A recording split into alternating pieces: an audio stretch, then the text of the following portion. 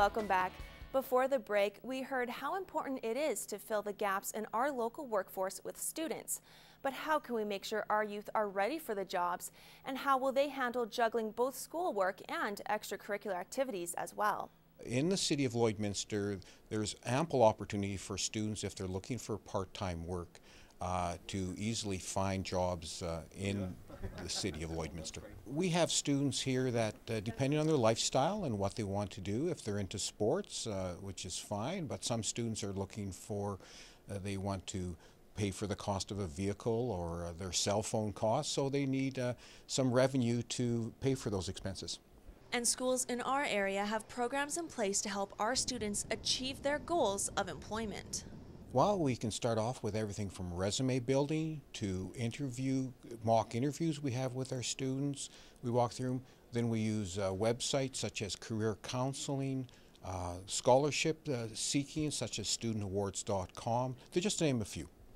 Well, I think one of the things that we're trying to do with our kids is give them the concept, have them understand the concept of change and adaptability, that what they choose right now may be very different than what they're actually will be doing X number of years from now. And I think that everybody that has a career story, which is everybody, will find that that's very true, that the circumstances change and chaos happens and you move on from there. So I think we sort of try to prepare them for that, but at the same time to give them some grounding. So for instance, when they're trying to get into Ryerson, we were mentioning Ryerson or any of these schools, there is a long technical process of getting in, so that's one of our jobs, is to help them get through that process. How do you think the workplace has changed since some of the older generations were out there in these jobs, and now these days the youth, things are a little bit different for them? What differences do you think are taking place now in the workforce?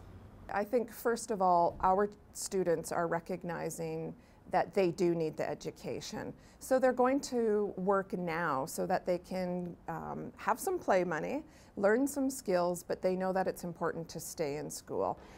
A huge difference that we're hearing from both employers and our youth is that they're there to be happy as well. So if an employer is probably managing the way they used to manage 20 years ago, it's not going to work out for them.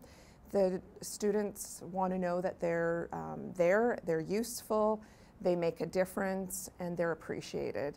And if they can't have that in their workplace, they're seeking work elsewhere. So managing in that authoritarian kind of style that even I was used to when I was a youth, and you were just happy to get a job and you were quiet if you got a job and you did as you were told, isn't the style now. They will move on and they'll find a place to work where they're enjoying it. For the students now, education is very important.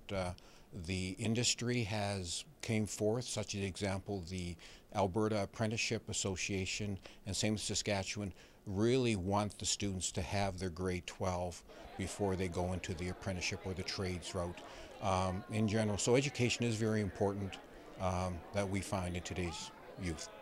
What advice would you give to parents if they're going out with their child and they're trying to find the job that's the right fit for them? Visiting our local employment center and just feeling it out so that they know all of the different opportunities. There's tons of opportunities.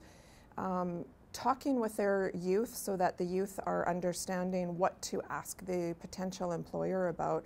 So are they allowed flexibility? Can they take time off to attend events? Are there scholarships that are offered? Those are really important things that more and more employers are offering all of the time. So just to guide your youth in asking the right questions and filling with the right position so that they are getting what they want, and the employer is much happier than if the student is there because they want to be there.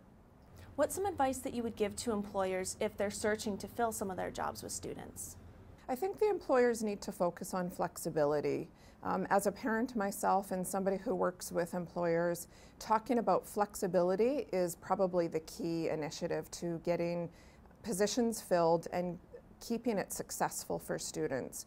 So when it comes to exams, allowing them some time off and allowing them to still be a part of their sports and those kinds of activities. And employers are getting that. They understand that that's important, and to have healthy staff, they need to allow them that time. So I think, just keeping that all on a level keel and and giving them those opportunities to focus on school.